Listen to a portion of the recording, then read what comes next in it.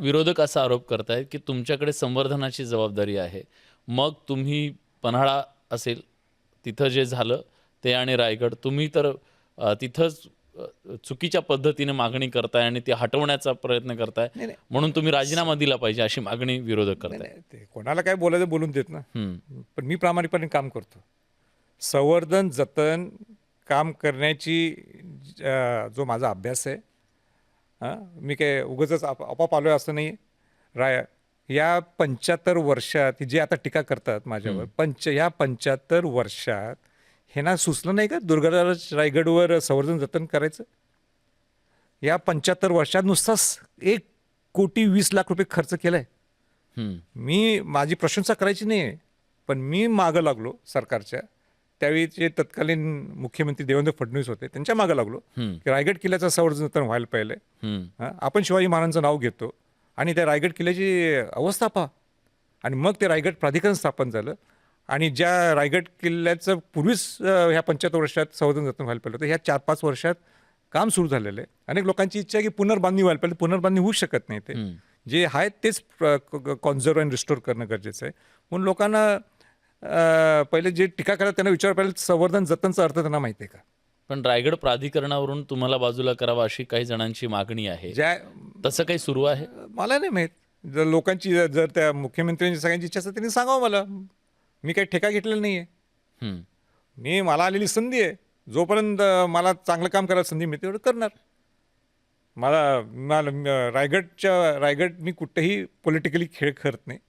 रायगड माझ्यासाठी शिवाजी महाराज, मला ज्यावेळी मी वर जाईन ते मला एवढीच माझी आठवण राहायला पाहिजे, बाबा संभाजी छत्रपतींनी शिवाजी महाराजांच्या दुर्गराज रायगड किल्ल्यासाठी संवर्धन जतनासाठी आपला पूर्ण वेळ दिला आणि चांगलं काम केलं. एवढीच माझी आठवण आहे. एक अतिशय अस्मितेची मोठी लढाई तुम्ही आता या वाघाच्या निमित्ताने घेताय. प्रश्न वाघाच्या समाधीचा आणि त्याचा तेवढा नाहीये, तो इथल्या करोडो शिवभक्तांच्या अस्मितेचा तो प्रश्न आहे. त्या अस्मितेला तुम्ही म्हणजे हात घातलेला आहे. पण या सगळ्यानंतरची पुढची लढाई काय असेल यातली? नाही, ही लढाई म्हणून मी विलासराव ह्याच्यात मी पडलो नाही. बरं. हे ती माझी जबाबदारी, माझं कर्तव्य आहे. ज्या चुकीच्या गोष्टी जर समोर असल्या तर त्या पुढं आणणे. हं, मी पुढंही करत, आजही पूर्वी करत होतो, आजही करते आणि उद्याही करणार आहे. म्हणून माझी ही लढाई नाही आहे, तो माझा छंद आहे. हं, आणि गडकोट किल्ल्यांसाठी, शिवाजी महाराजांच्या गडकोट किल्ल्यांसाठी ज्या घरात माझा जन्म झाला आहे, तो मला ॲडेड ॲडव्हान्टेज मिळतो आणि जेवढं होईल माझ्याकडनं तेव्हा मी करत जाणार आहे. मी अनेक ठिकाणी गडकोट किल्ल्यांसाठी एवढं बोलत असतो. मी सी फोर्ट सर्क्युट टुरिझम असेल, अनेक गडकोट किल्ल्यांसाठी तुम्ही पैसे काही देत नाहीत. हं. वर्ल्ड हेरिटेज साईटमध्ये युनेस्कोचं ब्रँडिंग आणण्याचा हा प्लॅन कोणाचा आहे? हा सरकारचा नाही आहे, सरकारचा आत्ता आहे. पहिलं त्या लोकांना आणण्याची जबाबदारी माझी आहे. बरोबर. त्या शिखा जैन मॅडमना जे त्यांना प्रमुख केलेलं त्यांना महाराष्ट्रात पहिल्यांदा आणलं संभाजी छत्रपतींनी. हं. आता हे सगळे विसरत असेल तो भाग वेगळा आहे. पण जर समजा यासाठी सकारात्मकरित्या पावलं उचलली गेली नाहीत तुमच्या मागणीनुसार, तुम्ही समिती नेमा म्हणताय वगैरे आणि हे बाजूला हटवा म्हणताय, तर मग एक आंदोलन उभं राहू शकतं का यातून? नाही, त्या भाषाच का करायच्या आपण आंदोलनाची? हं. हां, मग तुम्हाला वाटतं वेळ पडणार नाही त्या गोष्टीची? नाहीच वेळ पडणार. आणि काय चुकीचं मी बोलावलंय? मला एका प्रश्नाचं विलासराव उत्तर तुमच्या सकट तुम्ही सगळ्यांनी द्यायला पाहिजे. आपली अस्मिता शिवाजी महाराज आहे. बरोबर. हां, आपल्या हिंदवी स्वराज्यासाठी अनेक योद्धांनी आपलं बलिदान दिलेलं आहे. त्यांच्या समाधी आज धूळ खात पडलेले आहेत. आणि ज्यांचा काहीच संबंध नाही आहे, काल्पनिक दंतकथेतून तयार झालेलं एक कॅरेक्टर आहे तो शिवाजी महाराजांच्या बरोबर आणि शिवाजी महाराजांच्या उंचीच्या वर तुम्ही उभा करताय. हे कुठल्याही शिवभक्ताला चालेल का? मग समाजाचं महत्त्व नाही, कुठल्याही शिवभक्ताला चालेल का?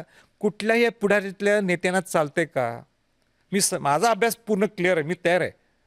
नाही इतिहासकार सुद्धा सगळे म्हणतात वाघ्या कुत्र्याचा काही संबंध नाही. एवढं सगळं होत असताना सरकारने गप राहण्याची भूमिका घ्यायची का? विरोधकांनी सुद्धा गप राहण्याची भूमिका घ्यायची का? का नुसतं म्हणायचं की वाघ्या कुत्र्याच्यावर काय बोलत नाही, समिती स्थापन करा.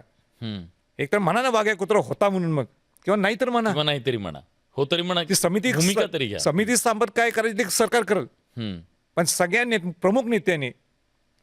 सगळ्या प्रमुख नेत्यांनी डायरेक्ट म्हणजे पवार साहेब, उद्धव ठाकरे, राज ठाकरे असतील, देवेंद्र फडणवीस असतील, काँग्रेसचे असतील, या सगळ्यांनी सांगावं, हो वाघ्या कुत्रा होता किंवा वाघ्या कुत्रा नव्हता. एक लाईन तर घ्या.